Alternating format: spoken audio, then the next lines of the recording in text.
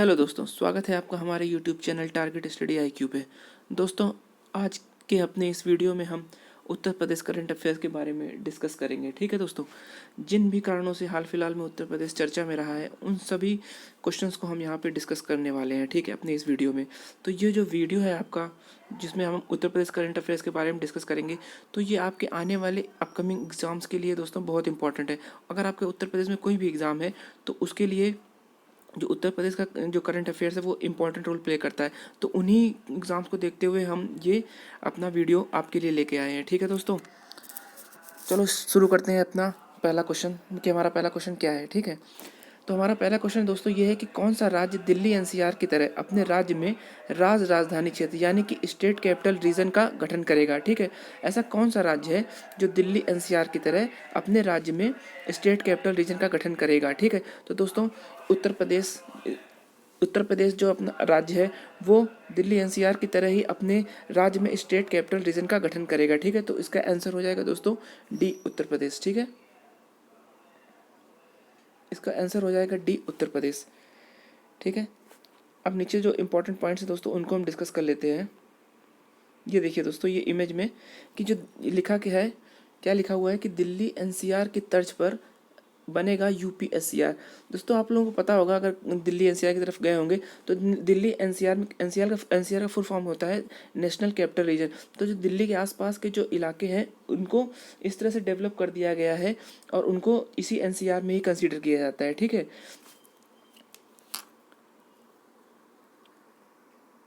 अब इस पर जो इम्पोर्टेंट पॉइंट्स हैं उनको देख लेते हैं दोस्तों। तो दोस्तों, इसमें ये क्या है कि इसमें उत्तर प्रदेश के ये लखनऊ में बनाया जा रहा है। ठीक है, और इसमें क्या है, कुल 7 जिले विकसित किए जाएंगे। ठीक है, इनमें कुल 7 जिलों को शामिल किया जाएगा। ठीक है, ये 7 जिले कौन कौन से हैं दोस्तों?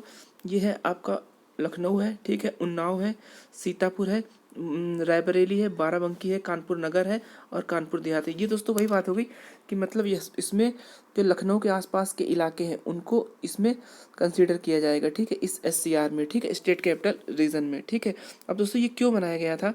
तो इसका रीज़न ये दोस्तों ये है, क्यों ये बनाया जा रहा है, इसका रीज़न ये है कि क्या होता है कि जो लोग होते हैं तो वो जैसे लखनऊ में क्या है कि वर्ड मतलब अच्छी अच्छी फैसिलिटीज़ वहाँ पे अवेलेबल हैं। ठीक है, तो लोग क्या होते हैं अपने जहाँ पे रह रहे हैं उसको छोड़ छोड़ के लखनऊ की तरफ मूव कर रहे हैं, क्योंकि वहाँ पे सब कुछ अच्छा अच्छा है, वहाँ फैसिलिटीज़ अच्छी मिल रही हैं आपको, तो इसलिए लोग वहाँ पे पलायन कर रहे हैं। ठीक है, तो लखनऊ में क्या है कि जो जनसंख्या का दबाव है वो धीरे धीरे बढ़ता जा रहा है। अब जब ज़्यादा लोग वहाँ पे जाएंगे तो यही है कि वहाँ पे जनसंख्या का दबाव बढ़ेगा। ठीक है, उनको मैनेज करना कठिन हो जाएगा।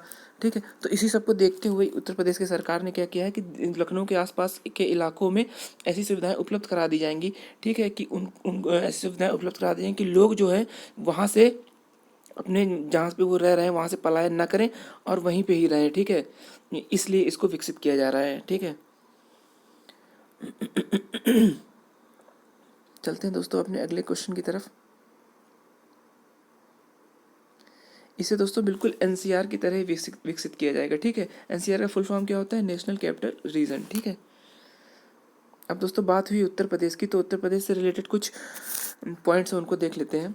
ठीक है, कि अब ये क्वेश्चन दोस्तों बहुत मुझे याद है कि शायद उत्तर प्रदेश लेखपाल 2015 में ये क्वेश्चन पूछा गया था कि उत्तर प्रदेश में कुल कितने मंडल हैं। तो दोस्तों उत्तर प्रदेश में टोटल 18 मंडल हैं। ठीक है, अगर नगर निगम की बात की जाए तो टोटल दोस्तों 17 नगर निगम है। अगर जिलों की बात की जाए तो 75 जिले हैं। ये इंपॉर्टेंट क्वेश्चन है दोस्तों, पूछा जाता है कि उत्तर प्रदेश में कितने जिले हैं। ठीक है, तहसील की बात की जाए तो 350 तहसीलें हैं। ग्राम नगर पंचायतों की बात की जाए तो 518 है और ग्राम पंचायतों की बात की जाए तो लगभग ये 59,000 के आसपास हैं। ठीक है, लोकसभा की सीटें, ये तो इंपॉर्टेंट क्वेश्चन बनता ही है आपका, लोकसभा की सीटें 80 हैं, राज्यसभा की सीटें हैं 31 और विधानसभा की सीटें हैं 403। और दोस्तों विधानसभा की सीटें तो 403 और विधान परिषद की सीटें कितनी हैं? तो दोस्तों विधान परिषद की सीटें हैं आपकी 100। ठीक है, ये भी आप याद रखिएगा, क्योंकि विधानसभा की सीटें तो दोस्तों याद रहती हैं लेकिन विधान परिषद की सीटें नहीं याद रहती हैं, तो इसलिए लेजिस्लेटिव जो काउंसिल है उसकी सीटें कितनी हैं? 100। ये आप याद रखिएगा। ठीक है, चलते हैं दोस्तों अपने अगले प्रश्न की तरफ। हमारा अगला प्रश्न क्या है कि कौन सा एयरपोर्ट 5G इंटरनेट सेवा देने वाला उत्तर प्रदेश का पहला एयरपोर्ट होगा?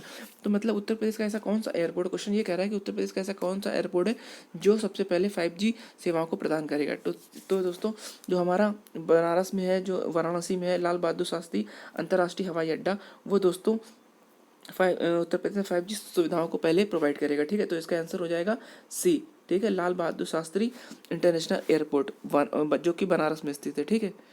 ये दोस्तों बहुत इंपॉर्टेंट क्वेश्चन है, आपको देख के ही लग रहा होगा कि मतलब ये क्वेश्चन जो एग्जाम ओरिएंटेड ही है, ठीक है, इसलिए इन पे आपको फोकस करना है। अब देख लेते हैं। अब देखिए दोस्तों, ये इमेज लगाई गई है। इस इमेज में क्या है कि इसमें लिखा हुआ है कि 5G इंटरनेट सेवा देने वाला यूपी का पहला एयरपोर्ट कौन सा है? लाल बहादुर शास्त्री अंतर्राष्ट्रीय हवाई अड्डा, जो कि आपका वाराणसी में स्थित है, ठीक है। अब दोस्तों इसके नीचे कुछ पॉइंट्स दिए गए हैं, ठीक है। इंपॉर्टेंट पॉइंट्स को तो हम यहाँ डिस्कस कर लेंगे, लेकिन जो पॉइंट्स बच जाते हैं उसको आप एक बार रीडिंग कर लीजिएगा। जब ये PDF आपको प्रोवाइड कर दिया जाएगा तो एक बार उसको आप पढ़ लीजिएगा, ठीक है। तो इंपॉर्टेंट पॉइंट को तो हम यहाँ डिस्कस कर लेंगे, ठीक है। अब ये जो सेवाएं हैं दोस्तों, ये सितंबर में शुरू हो जाएंगी, ठीक है। ये सेवाएं दोस्तों सितंबर में शुरू हो जाएंगी। और दोस्तों इससे पहले भी जो आपका ये लाल बहादुर शास्त्री अंतर्राष्ट्रीय हवाई अड्डा है, ये पहले भी चर्चा रह चुका है, क्योंकि इसने दोस्तों अच्छी और बेहतर सुविधाओं के लिए देश का सर्वश्रेष्ठ एयरपोर्ट का पुरस्कार जीत चुका है, ठीक है। एक ये पॉइंट इंपॉर्टेंट है। इसके बाद क्या है, इसके बाद दोस्तों ये आप पॉइंट पढ़ लीजिएगा, ठीक है, जब ये आपको प्रोवाइड कर दी जाएगा PDF, ठीक है। चलते हैं दोस्तों कुछ। अब दोस्तों बात हुई अंतर्राष्ट्रीय हवाई अड्डे की, तो उत्तर प्रदेश में कितने अंतर्राष्ट्रीय हवाई अड्डे हैं उसको हम एक बार डिस्कस कर लेते हैं कि उत्तर प्रदेश में दोस्तों टोटल इस समय 5 अंतर्राष्ट्रीय हवाई अड्डे हैं, ठीक है। तो कौन कौन से हैं? एक मर्यादा पुरुषोत्तम श्री राम अंतर्राष्ट्रीय हवाई अड्डा है, जो कि आपका अयोध्या में स्थित है। दूसरा है कुशीनगर अंतर्राष्ट्रीय हवाई अड्डा, जो दोस्तों कुशीनगर में स्थित है, ठीक है। तीसरा है चौधरी चरण सिंह अंतर्राष्ट्रीय हवाई अड्डा, जो दोस्तों लखनऊ में स्थित है। इसके बाद नोएडा अंतर्राष्ट्रीय हवाई अड्डा, जिसे हम जेवर एयरपोर्ट के नाम से भी जानते हैं दोस्तों, वो आपका नोएडा में स्थित है, ठीक है। इसके बाद लाल बहादुर शास्त्री अंतर्राष्ट्रीय हवाई अड्डा, जो कि दोस्तों बनारस में स्थित है, ठीक है। इसको अभी हम लोगों ने डिस्कस किया है क्वेश्चन उसका। चलते हैं दोस्तों अपने अगले प्रश्न की तरफ। हमारा अगला प्रश्न क्या कह रहा है कि दोस्तों दिव्यांगजन के पुनर्वास हेतु दुकान निर्माण और दुकान संचालन योजना के लिए उत्तर प्रदेश सरकार कितने रुपए की सहायता प्रदान कर रही है? तो दोस्तों दुकान निर्माण के लिए उत्तर प्रदेश की सरकार दिव्यांगजन जो हैंडीकैप्ड लोग हैं उनके लिए दोस्तों दुकान निर्माण के लिए उत्तर प्रदेश की सरकार टोटल 20,000 रुपये, कितना 20,000 रुपये प्रोवाइड कर रही है, ठीक है। तो इसलिए इसका आंसर हो जाएगा आपका बी, ठीक है, 20,000 रुपये। और दोस्तों अगर आपको दुकान का संचालन करना है तो उसके लिए दोस्तों 10,000 रुपये आपको प्रोवाइड कर रही है उत्तर प्रदेश की सरकार, ठीक है। दोस्तों जो ये 20,000 रुपये है, ठीक है, इन 20,000 रुपये जो आपको दुकान निर्माण के लिए दिए जा रहे हैं, तो उन 20,000 रुपये में से क्या होगा कि जो आपके 15,000 रुपये वो दोस्तों 4% के लोन पर प्रोवाइड किए जाएंगे। कितने पे? 4% के लोन पे प्रोवाइड किए जाएंगे। और जो 5,000 रुपये वो आपको सहायता के तौर पे अनुदान के रूप में दिए जाएंगे, ठीक है। और इसी तरीके से जो 10,000 रुपये हैं, उन 10,000 रुपये में जो आपके 7,500 रुपये हैं उसको दोस्तों उसको 4% वार्षिक ब्याज की दर पे लोन के रूप में दिया जाएगा, ठीक है। और जो बचे आपके 2,500 रुपये, उन 2,500 रुपये आपको अनुदान के रूप में प्रोवाइड किए जाएंगे उत्तर प्रदेश की सरकार की तरफ से, ठीक है। देख लेते हैं। इस देखो इमेज में दोस्तों लिखा हुआ है कि दुकान बनवाने के लिए दे रही है यूपी सरकार पैसा, ठीक है। कितना दे रही है? 20,000 रुपये और 10,000 रुपये। 20,000 रुपये किसके लिए दे रही है? 20,000 रुपये दोस्तों दे रही है दुकान के निर्माण के लिए, और चलाने के लिए 10,000 रुपये दे रही है, ठीक है दोस्तों। यही जो मैंने आपको अभी बताया, यही पॉइंट्स के रूप में वही यहाँ पे दिया हुआ है, ठीक है। एक बार आप इनकी रीडिंग कर लीजिएगा इन पॉइंट्स की, ठीक है।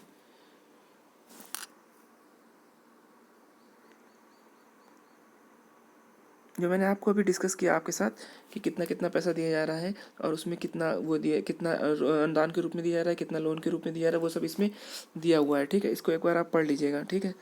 चलते हैं दोस्तों अगले प्रश्न की तरफ। हमारा अगला प्रश्न क्या है कि दोस्तों जो 28 अगस्त 2022 को जो ट्विन टावर आपका गिराया गया था वो उत्तर प्रदेश में कहाँ पे स्थित है? तो दोस्तों ये उत्तर प्रदेश में नोएडा में स्थित है। कहाँ पे स्थित है? नोएडा में स्थित है, ठीक है। तो इसका आंसर हो जाएगा ए ऑप्शन, नोएडा। अब देखते हैं यहाँ पे। तो दोस्तों इसमें क्या था कि जो ट्विन टावर था इसमें टोटल 40 फ्लोर्स बननी थी। कितनी? 40। तो उसमें 32 फ्लोर्स तो बन चुकी थी। इन 32 फ्लोर्स को दोस्तों केवल 9 सेकेंड में विस्फोटक लगा के उड़ा दिया गया था सुप्रीम कोर्ट की आदेश पे, ठीक है। और दोस्तों अगर पूछा जाए कि ये जो टावर था ट्विन टावर, ये कौन सी कंपनी बना रही थी, तो दोस्तों ये सुपरटेक नाम की एक कंपनी थी जो ये बना रही थी, ठीक है। इसकी आप इमेज देख सकते हैं दोस्तों, ये है ट्विन टावर, इसको इस तरह से ढाया गया है, ठीक है। अब दोस्तों ये स्थित कहाँ था, नोएडा के सेक्टर 93A में ये स्थित था। और इसकी खासियत दोस्तों ये थी ट्विन टावर की कि ये आपका कुतुब मीनार से भी ऊंचा था, ठीक है। ये कुतुब मीनार से भी ऊंचा था और इसको सुप्रीम कोर्ट के आदेश पे गिरा दिया गया था। तो दोस्तों इसमें बहुत सारे ऐसे स्टैंडर्ड्स थे जिनका पालन नहीं किया गया था इन सुपर टेक की तरफ से, और जो इन्होंने पहले कहा था उसको इन्होंने फॉलो नहीं किया था, ठीक है। इन्होंने बोला था कि बच्चों के लिए ग्रीन मतलब जो ग्रीनरी टाइप की ग्रीन एरिया बनाएंगे, ठीक है। इसके बाद क्या था, इन्होंने कहा था कि जो इन्होंने बोला था उसके विपरीत इन्होंने काम किया था, ठीक है। तो इन सब चीज़ों को देखते हुए सुप्रीम कोर्ट ने क्या किया था कि इसको गिराने का आदेश दे दिया था, ठीक है। अब जैसे एक मानक यही था, स्टैंडर्ड यही था कि क्या था कि उसमें जो दो टावर थे, ठीक है, उनके बीच की दूरी जो होनी चाहिए दोस्तों वो 16 मीटर होनी चाहिए, लेकिन इन्होंने केवल 9 मीटर दी थी। तो एक ये भी रीज़न था, ठीक है। और इन्होंने कहा था कि ये देखो पॉइंट्स लिखा हुआ दोस्तों, इन्होंने क्या क्या था कि ग्रीन पार्क बनाएंगे, ठीक है, चिल्ड्रन पार्क बनाएंगे बच्चों के लिए, ठीक है। लेकिन इन्होंने ऐसा नहीं किया था, ठीक है। इन्होंने बोला तो था इस तरह से, लेकिन इन्होंने ऐसा नहीं किया था, केवल दो टावर ही खड़े खड़े कर दिए थे, ठीक है। तो इन सभी चीज़ों को देखते हुए सुप्रीम कोर्ट ने इसे ढहाने का आदेश दे दिया गया था, ठीक है। अब दोस्तों ये कुछ पॉइंट्स हैं, इन्हें आप एक बार पढ़ लीजिएगा, एक बार रीडिंग मार लीजिएगा इनकी, ठीक है। चलते हैं दोस्तों अपने अगले क्वेश्चन की तरफ। हमारा अगला प्रश्न क्या है कि उत्तर प्रदेश से किसे राष्ट्रीय शिक्षक पुरस्कार यानी कि नेशनल टीचर अवार्ड 2022 के लिए चुना गया है। तो दोस्तों ये है आपके खुर्शीद अहमद। कौन है, डी ऑप्शन खुर्शीद अहमद, ठीक है। ये कहाँ, ये देवरिया के कंपोजिट स्कूल में पढ़ाते हैं, ठीक है। अगर पूछा जाए तो आप बता दीजिएगा कि ये देवरिया के कंपोजिट स्कूल में पढ़ाते हैं। नाम है इनका खुर्शीद अहमद। अब दोस्तों इमेज भी देख सकते हैं आप।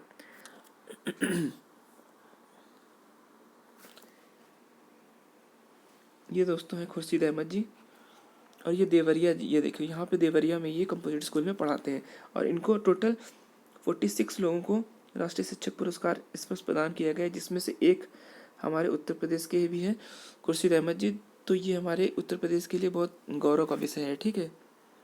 इसलिए इस पे क्वेश्चन बनना अनिवार्य हो जाता है कि इस पे क्वेश्चन बनने के चांसेस बढ़ जाते हैं, ठीक है। अब दोस्तों यही सब जो मैंने आपको बताया वही सब इस पॉइंट्स में लिखा हुआ है, एक बार आप इनको रीड कर लीजिएगा, ठीक है। ये द्रौपदी मुर्मू द्वारा ये प्रदान किए जाएंगे, राष्ट्रपति द्रौपदी मुर्मू द्वारा 5 सितंबर को ये प्रदान किए जाएंगे।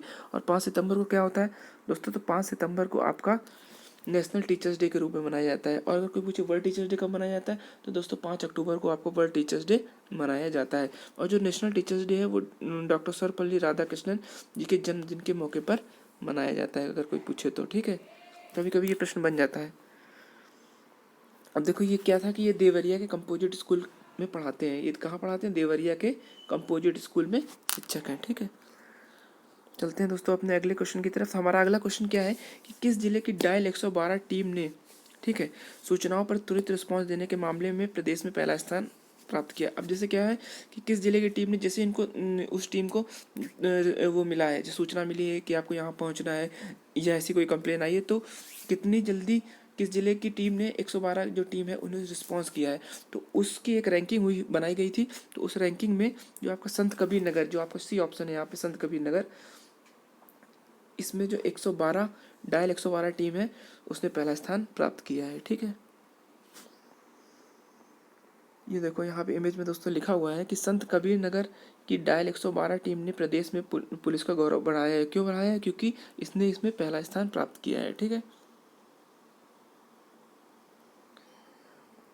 अब दोस्तों यही पॉइंट्स में कुछ दिया हुआ है, ठीक है। एक बार इन्हें आप पढ़ लीजिएगा। इन्होंने यही सब ये दिया हुआ है कि इन्होंने किस तरह से इस पर रिस्पॉन्स किया है, कि कितने उनके पास कंप्लेंट आई है, कितने इवेंट्स उनके पास प्राप्त हुए हैं, तो उन्होंने कितनी जल्दी उस पर रिस्पॉन्स किया है। ये सब इन पॉइंट्स में लिखा हुआ है, तो एक बार आप इनको रीड कर लीजिएगा, ठीक है दोस्तों। चलते हैं अपने अगले प्रश्न की तरफ। तो हमारा अगला प्रश्न क्या कहता है कि उत्तर प्रदेश सरकार कितने मशहूर स्वतंत्रता संग्राम सेनानियों के नाम पर बस सेवाएं शुरू करने जा रही है। तो दोस्तों उत्तर प्रदेश सरकार 11 स्वतंत्रता सेनानियों के नाम पर, ऑप्शन ए 11 स्वतंत्रता सेनानियों के नाम पर बस सेवाएं शुरू करने जा रही है, ठीक है। और दोस्तों इसके साथ साथ अगर ये क्वेश्चन पूछा जाता है कि कितने तीर्थ स्थानों के नाम पर बस सेवाएं शुरू करने जा रही है, तो दोस्तों 8, कितने, 8 तीर्थ स्थानों के नाम पर भी ये बस सेवाएं शुरू करने जा रही है उत्तर प्रदेश की सरकार। तो टोटल 2 आपको डाटा याद रखने, 11 फ्रीडम फाइटर्स और 8 जो आपका तीर्थ स्थान है उन पे से उनके लिए ये बस सेवा शुरू करने जा रही है उत्तर प्रदेश की सरकार। ठीक है,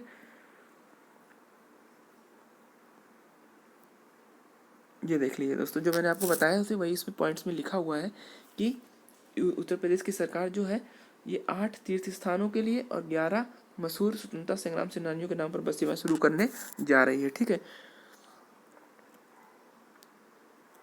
अब दोस्तों इसमें ये लिखा हुआ है कि 11 जो स्वतंत्रता संग्राम सेनानी हैं उनमें कौन कौन से हैं। तो दोस्तों उनमें कानपुर से तात्या टोपे हैं, नाना साहब हैं, झांसी से रानी लक्ष्मीबाई हैं, इस तरह से मंगल पांडे जी हैं, इस तरह से और सब टोटल 11 नाम इसमें दिए हुए हैं। तो एक बार आप इसके रीड कर लीजिएगा। ठीक है, इसी तरीके से जो 8 मशहूर तीर्थ स्थल हैं उनके भी नाम यहाँ पे दिए हुए हैं, तो एक बार आप इनको भी रीड कर लीजिएगा। मेन ये है, आपको डाटा याद रखना है कि टोटल 8 तीर्थ स्थल हैं। ठीक है, एक बार आप इनको रीड कर लीजिएगा उनका नाम। चलते हैं दोस्तों अपने अगले प्रश्न की तरफ। हमारा अगला प्रश्न क्या कहता है कि किस राज्य की एसटीएफ को साइबर क्राइम मैनेजमेंट के क्षेत्र में स्मार्ट पुलिसिंग अवार्ड 2021 से सम्मानित किया गया है। ठीक है, 2021 से सम्मानित किया गया है। तो दोस्तों ये उत्तर प्रदेश की एसटीएफ है जिसे स्मार्ट पुलिसिंग अवार्ड 2021 से सम्मानित किया गया। तो इसका आंसर हो जाएगा डी, उत्तर प्रदेश। ठीक है, अब यहाँ पे दोस्तों इमेज देखते हैं। तो दोस्तों ये देखिए, इसको फिक्की ने दोस्तों ऑर्गेनाइज किया था इस इवेंट को। तो ये देख लीजिए, इसमें लिखा हुआ है कि smart policing award 2021 Uttar Pradesh police को मिला है। ठीक है,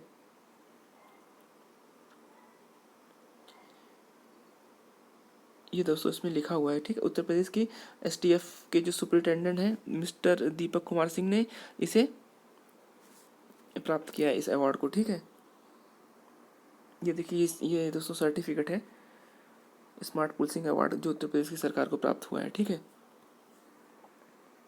अब दोस्तों देख लेते हैं इसमें पॉइंट्स, इंपॉर्टेंट पॉइंट क्या बन सकते हैं क्वेश्चन के फॉर्म में। तो इसमें क्या हुआ है कि जो फिक्की यानी कि federation of Indian chambers of commerce and industry ने के वार्षिक सम्मेलन में ये प्रदान किया गया। ठीक है, ये फिक्की का एक सम्मेलन होता है जिसमें इसे जो उत्तर प्रदेश के एसटीएफ को ये पुरस्कार दिया गया है। और दोस्तों ये जो आपका इवेंट था ये होमलैंड सिक्योरिटी ने इसे ऑर्गेनाइज किया था। किसने ऑर्गेनाइज किया था? होमलैंड सिक्योरिटी ने इसे ऑर्गेनाइज किया था। और दोस्तों ये जो फिक्की का जो वार्षिक सम्मेलन होता है, जो एनुअल जो उसका सम्मेलन होता है, उसमें इसे प्रोवाइड किया गया है। ठीक है, और ये किस लिए प्रोवाइड किया, ये दोस्तों इंपॉर्टेंट है कि ये किस लिए प्रोवाइड किया गया। तो दोस्तों ये जारविस सियॉन सॉफ्टवेयर जो टूल है जो एसटीएफ उत्तर प्रदेश की पुलिस एसटीएफ जो हमारी यूज़ करती है उसके लिए इसे प्रोवाइड किया गया है। ठीक है, एक बार दोस्तों इनकी रीडिंग कर लीजिएगा आप इन पॉइंट्स की। अब दोस्तों फिक्की की बात हुई है तो फिक्की के बारे में देख लेते हैं कि फिक्की क्या है। फिक्की दोस्तों कुछ नहीं है, ये भारत में जो गैर सरकारी एक जो जो भारत में जो कंपनीज हैं तो उनका एक संगठन है। ठीक है, जो व्यापार करने वाली कंपनीज है उनका एक ये संगठन है। तो इसके दोस्तों अध्यक्ष कौन है? तो इसमें दोस्तों वर्तमान में जो इनके अध्यक्ष हैं वो दोस्तों संजीव मेहता है। कौन है? संजीव मेहता। और इसकी स्थापना की गई थी 1927 में। कब की गई थी? 1927 में। ठीक है, 1927 में इसकी स्थापना की गई थी। और इसका जो मुख्यालय है दोस्तों वो नई दिल्ली में स्थित है। कहाँ पे स्थित है? नई दिल्ली में स्थित है। और इसके जो संस्थापक थे वो घनश्याम दास बिरला जी थे। कौन से? घनश्याम दास बिरला जी। मतलब आपको इसमें मेन इसमें ये देखना है कि इसके अध्यक्ष कौन है, स्थापना हुई और इसका मुख्यालय कहाँ पे है। ठीक है, चलते हैं दोस्तों अपने अगले प्रश्न की तरफ। हमारा अगला प्रश्न क्या कहता है कि कौन सा राज्य डिजिटल इंडिया मिशन के तहत केंद्र सरकार द्वारा प्रबंधित ई अभियोजन पोर्टल यानी कि ई प्रोसिक्यूशन पोर्टल के उपयोग में पहले स्थान पर रहा है? तो यानी कि जो ई प्रोसिक्यूशन पोर्टल है उसमें पहला स्थान किसने प्राप्त किया है? ठीक है, तो उसमें उत्तर प्रदेश यानी कि हमारा बी ऑप्शन जो है उत्तर प्रदेश, उत्तर प्रदेश ने पहला स्थान प्राप्त किया है। ठीक है,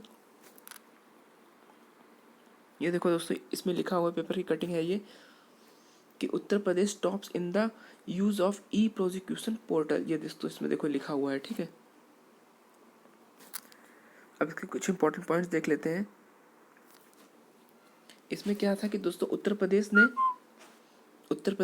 9.12 मिलियन मामलों के साथ डिजिटल इंडिया मिशन के तहत केंद्र सरकार द्वारा प्रतिबंधित ई अभियोजन पोर्टल के माध्यम से मामले के निपटान और प्रविष्टि की संख्या में शीर्ष पर रहा है। तो टोटल उत्तर प्रदेश ने कितने 9.12 मिलियन मामलों को सुलझाया है। ठीक है, इसलिए इसको उत्तर प्रदेश को यह पुरस्कार प्रदान किया गया है। ठीक है,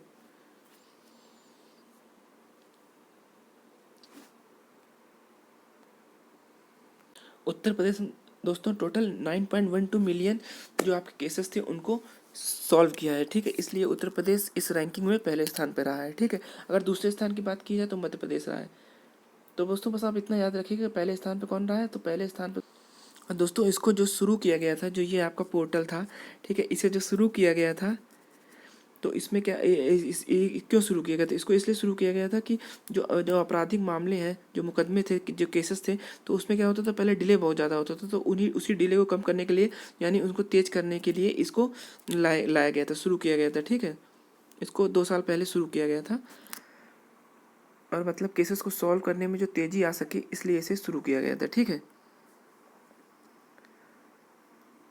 अब दोस्तों इसमें देख लेते हैं कि उत्तर प्रदेश के बारे में, ठीक है। उत्तर प्रदेश के बारे में थोड़ा डिस्कस कर लेते हैं कि उत्तर प्रदेश का जो चिन्ह क्या है, राजकीय चिन्ह। तो उत्तर प्रदेश का राजकीय चिन्ह आपने दोस्तों देखा होगा कभी, सरकारी ऑफिस में देखा होगा आपने। तो उसमें क्या है कि 2 मछलियाँ होती हैं, ठीक है, 2 फिशेस होती हैं, और एक बीच में तीर कमान होता है, ठीक है। यहाँ पे फिश होती है, एक ये फिश हो गई, एक ये फिश हो गई, बीच में एक एरो होता है, ठीक है।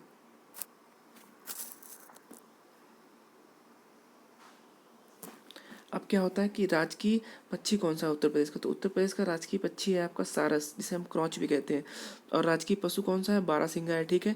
राजकीय वृक्ष क्या है, अशोक का है। और राजकीय पुष्प क्या है, पलाश का है, ठीक है। और राजकीय खेल क्या है, हॉकी, ठीक है। अब लोकसभा की सीटें क्या है, 80 हैं, जो हम डिस्कस कर चुके हैं एक बार। राज्यसभा की सीटें कितनी, 31। दोस्तों ये बहुत इंपॉर्टेंट है कि विधान परिषद की सीटें कितनी। विधानसभा की तो याद रहती है, लेकिन विधान परिषद की बच्चों को नहीं याद रहती हैं। तो विधान परिषद की 100 सीटें कितनी है, 100। और विधानसभा की 403 है, जो ज़्यादातर बच्चों को याद रहती है, ठीक है। तो देखो इसमें क्या दोस्तों, हम लोगों ने कितना पढ़ लिया इसके बारे में, ठीक है। अगर आपने इसको अच्छे से देख लिया, रिवाइज कर लिया, तो दोस्तों आपको क्वेश्चन जल्दी गलत होने वाला नहीं है, क्योंकि और ये जो क्वेश्चन है जो दोस्तों फ्रिक्वेंटली आपके एग्जाम में पूछे ही जाते हैं, ठीक है। अब देखते हैं इसमें क्या हुआ था कि इसका गठन कब किया गया था। राज्य विधानसभा का जो पहली बार गठन कब किया गया था, तो जुलाई 1937 में पहली बार इसका गठन किया गया था, ठीक है।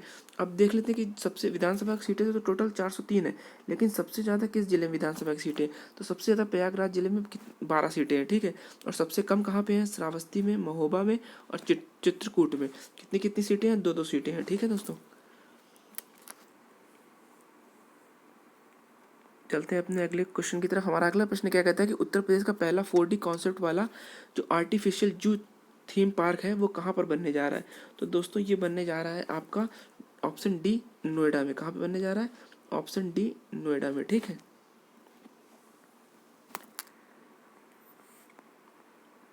देख लेते हैं इस जू पार्क में क्या होगा दोस्तों कि कुछ लोहा, जैसे लगभग 500 टन लोहे का यूज़ करके स्कल्पचर्स बनाए जाएंगे, ठीक है। स्कल्पचर्स मतलब कि ये सब जैसे आपके जानवर हो गए, इसमें जैसे डायनासोर हो गया, आपका जिराफ हो गया, एलिफेंट हो गया, और आपका लायन हो गया। इस तरह से ये जो आपके जानवर बनाए जाएंगे 500 टन लोहे का यूज़ करके। और इसकी मेन बात एक ये है इस थीम पार्क की कि जो कंपनी दोस्तों इसको बनाएगी वही इसको संचालन और रख रखाव भी करेगी, ठीक है। ज़्यादातर ऐसा नहीं होता है कि कंपनियां कोई और बनाती हैं पार्क को या किसी चीज़ को, और उसका रखरखाव किसी दूसरी कंपनी को दे दिया जाता है। तो इसमें लेकिन ऐसा नहीं है, इसमें जो कंपनी इसको बनाएगी वही कंपनी इसका रखरखाव भी करने वाली है और उसका संचालन भी करने वाली है। तो ये जो जू पार्क है इस तरह का पहला 4D जो आपका जू पार्क है, 4D कॉन्सेप्ट वाला आर्टिफिशियल जो जू थीम पार्क है, ये आपका नोएडा में बनेगा, ठीक है। और दोस्तों ये नोएडा में कहाँ बनेगा, ये दोस्तों सेक्टर 94 में महामाया फ्लाईओवर के नीचे बनेगा। अगर जो लोग वहाँ पे गए होंगे तो उन्होंने इसका नाम भी सुना होगा कि इस तरह की जगह वहाँ पे पड़ती है, ठीक है। अब देखो इसमें क्या है, 500 टन लोहे का यूज़ करके जो स्कल्पचर हैं वो बनाए जाएंगे दोस्तों, यानी जानवरों की जो प्रतिमाएँ हैं उसको बनाया जाएगा। एक बार दोस्तों आप इन पॉइंट्स की रीडिंग कर लीजिएगा, ठीक है। अब दोस्तों अगर बात हुई है थीम पार्क की, तो ये देख लेते हैं कि यहाँ पे उत्तर प्रदेश में जो आपकी वन्यजीव अभ्यारण्य यानी कि जो वाइल्ड लाइफ सेंचुरी है वो कौन कौन सी है। एक चंद्रप्रभा वन्यजीव अभ्यारण्य जो दोस्तों चंदौली में पड़ता है। एक है कतरनिया घाट जो आपको बहराइच में पड़ता है। एक ये इंपॉर्टेंट दोस्तों है, पूछा गया बहुत बार कि जो महावीर स्वामी वन्यजीव अभ्यारण्य ये कहाँ पड़ता है, ये दोस्तों ललितपुर में पड़ता है। जो कछुआ वन्यजीव अभ्यारण्य ये दोस्तों बनारस में है। और जो सुहागी बरवा वन्यजीव अभयारण्य, ये दोस्तों महाराजगंज में पड़ता है। कहाँ पड़ता है? महाराजगंज में। तो एक बार दोस्तों इनको देख लीजिएगा क्योंकि ये इंपॉर्टेंट हो जाते हैं, ठीक है, आपके एग्जाम में कहीं ना कहीं जरूर पूछे जाते हैं, ठीक है। चलते हैं दोस्तों अपने अगले क्वेश्चन की तरफ। ये बहुत इंपॉर्टेंट क्वेश्चन है दोस्तों, इसको एक आप स्टार मार्क लगा दीजिए इस क्वेश्चन में। ये क्वेश्चन दोस्तों आपको कहीं ना कहीं जरूर दिखाई देगा उत्तर प्रदेश के एग्जाम्स में, ठीक है। तो ये क्वेश्चन क्या है दोस्तों कि उत्तर प्रदेश सरकार कहाँ पर राज्य की पहली स्किल डेवलपमेंट यूनिवर्सिटी बनाने जा रही है? तो उत्तर प्रदेश की स्किल डेवलप, इसका आंसर हो जाएगा दोस्तों सी, बनारस। कहाँ पे बनने जा रही है ये? उत्तर प्रदेश की पहली स्किल डेवलपमेंट यूनिवर्सिटी दोस्तों ये बनारस में बनने जा रही है, वाराणसी में, ठीक है।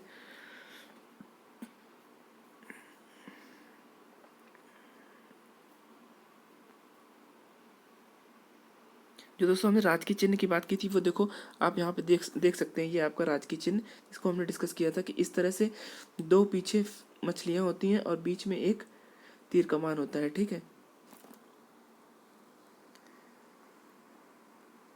अब दोस्तों ये स्किल डेवलपमेंट यूनिवर्सिटी स्थापित करने वाला उत्तर प्रदेश, जो हमारे उत्तर प्रदेश होगा वो दोस्तों देश का पहला राज्य होगा। तो दोस्तों ये भी इंपॉर्टेंट हो जाता है कहीं कि आप कोई सा भी इंडिया में कोई सा भी अगर आप एग्जाम देंगे तो उसके लिए भी दोस्तों ये क्वेश्चन आपका इंपॉर्टेंट हो जाता है, क्योंकि ये बात हो जाती है देश की, ये देश का पहला, राज्य का पहला नहीं, ये देश का पहले की बात हो जाती है, इसलिए ये दोस्तों उसके लिए भी इंपॉर्टेंट हो जाता है, ठीक है।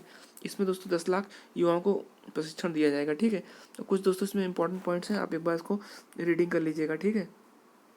अब नेक्स्ट क्वेश्चन पे चलते हैं कि उत्तर प्रदेश जो बाजरा के उत्पादन में देश में किस स्थान पर है? तो दोस्तों मिलेट्स यानी कि जो बाजरा है उसके उत्पादन में उत्तर प्रदेश दोस्तों दूसरे स्थान पे, किस स्थान पे है? दूसरे स्थान पे है, ठीक है। किसते है? सेकेंड नंबर पे उत्तर प्रदेश बाजरा के उत्पादन में, ठीक है। ये दोस्तों देख लीजिए बाजरा का पेड़ है, अगर आप गांव साइड से होंगे, बिलोंग करते होंगे तो आपने ये देखा होगा कि ये बाजरा का पेड़ है, ठीक है।